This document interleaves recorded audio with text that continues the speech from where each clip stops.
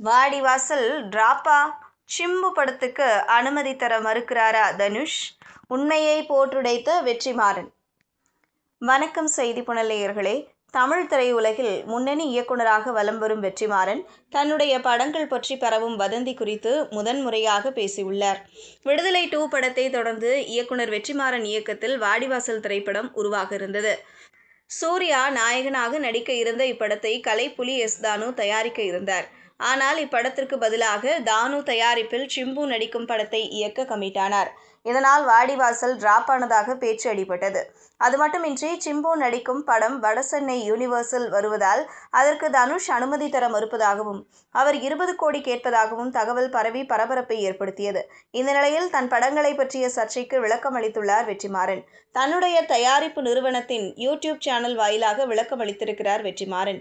என்னுடைய அடுத்த படத்தை தானு சார் தயாரிக்கிறார். சிம்பு ஹீரோவாக நடிக்கிறார்.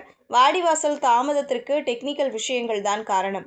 படத்தில் நடிப்பவர்களின் பாதுகாப்பிற்காகவும் படத்தில் பயன்படுத்தப்பட உள்ள மிருகங்களின் பாதுகாப்பிற்காகவும் டைம் எடுப்பதனால் அதிக நாட்கள் காத்திருக்க முடியவில்லை. அதனால்தான் அப்படம் தற்போது ஆரம்பிக்கவில்லை என கூறினார்.